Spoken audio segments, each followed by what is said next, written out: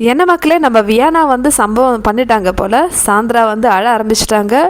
வியானா வந்து புட்டு வச்சுட்டாங்க எல்லா விஷயத்தையும். ஸோ நீங்கள் தான் வந்து பாரு கம்பெனியை வந்து அமுச்சு விட்டீங்கன்னு சொல்லிட்டு அந்த மாதிரி சொல்லியிருக்காங்க. ஸோ எப்படியும் டைரெக்டாக சொல்ல முடியாது, அதனால இந்த மாதிரி நாசுக்காக வந்து சொல்லியிருக்காங்க. அதான் அமுச்சு விட்டீங்கல்ல 2 பேரையும், பாரு கமர்தின்னு, அப்புறம் என்னன்னு சொல்லிட்டு சாந்திரா கிட்ட ஒரு மாதிரி பேசியிருக்காங்க. அது கேட்ட உடனே இந்த அம்மாவுக்கு வந்து பொறுக்கல. ஐயோ நான் என்ன பண்ணேன், அவங்க பண்ணுக்கு தானே அவங்க போனாங்க, நான் எதுவுமே பண்ணலன்னு சொல்லிட்டு எல்லாருக்கிட்டையும் வந்து கம்ப்ளைண்ட் பண்ணிட்டு இருக்காங்க. அதுக்கு அரோராவும் விக்ரமும் சேர்ந்து ஆறுதல் சொல்லிட்டு இருக்காங்க. அப்படிலாம் இல்லை, பாரு கமர்தீன் பண்ணதுக்கு அவங்க போயிட்டாங்க, இதில் நீங்கள் என்ன பண்ணீங்கன்னு சொல்லிட்டு இவங்க வந்து சொல்கிறாங்க. அம்மா அது மட்டும் இல்லை, திவ்யா கிட்டே சொல்லியிருக்காங்க, சாந்திரா நீ நினைக்கிற ஆளே கிடையாது, ப்ரெசென்ட் போனதில் தான் நிறைய விஷயம் வந்து சொல்லியிருக்கு சாந்திரா, அதெல்லாம் வந்து இப்போ பேச முடியாது. ஆனால் சாந்திரா வந்து வேற மாதிரி எல்லா விஷயத்துக்கும் வந்து நேராக பேச முடியுதுல்ல, நல்லா அவருக்கு தெரியுதுல்ல, அப்புறம் எதுக்குன்னு சொல்லிட்டு ஒரு மாதிரி வந்து நடிச்சிட்டு இருக்கா, எல்லாமே அவன் நடிப்பு. இந்த மாதிரி சாந்திரா பற்றி நிறைய விஷயங்கள் திவ்யா கிட்டேயும் சொல்லி வச்சுட்டாங்க. ஸோ வினோத்கிட்டே அப்படிதான், இங்கே இருக்கிற யாருமே வந்து உங்களை தவிர வேறு யாருமே வந்து டிசர்விங்கே கிடையாது ஃபினாலேக்கு.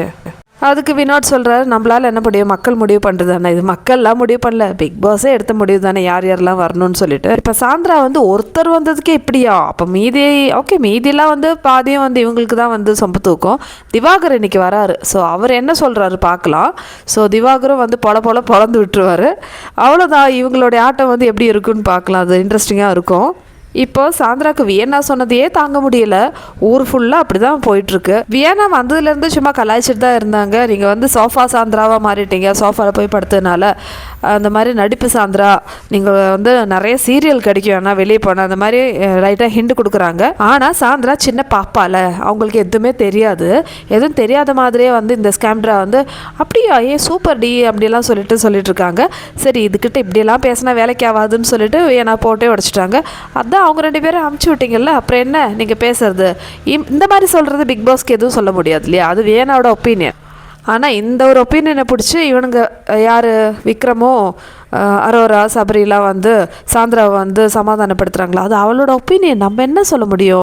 விஜய் சேதுபதியே வந்து சொல்லியிருக்காரு, முடிஞ்ச விஷயங்களை வந்து திரும்பி பேச வேணான்னு சொல்லிட்டு. ஆமாம், இந்த அம்மா மட்டும் முதல் வாரத்திலேருந்து நடந்த விஷயங்களை, பார்வதிக்கு எதிரான கருத்துக்கள்லாம் வந்து இப்போவும் சொல்கிறாங்கல்ல, அந்த ஆபாச குறியீடுன்னு சொல்லிட்டு நேற்று கூட சொன்னாங்க. இவங்களோட நியாயம் சத்தியமாக என்னால் புரிஞ்சிக்கவே முடியலை.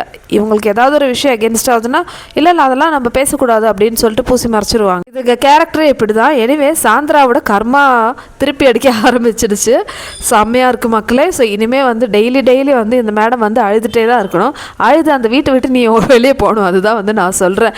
எப்படியா இருந்தாலும் புருஷன் வரத்துக்குள்ளே தயவு செஞ்சு கிளம்பு, எங்களால் பார்க்க முடியல புருஷனும் பொண்டாட்டி திருப்பி ஒரு ட்ராமா பண்ணுவீங்க, எதுக்கு தேவையில்லாமல், தயவு செஞ்சு அமுச்சு விடுங்க பிக் பாஸ்.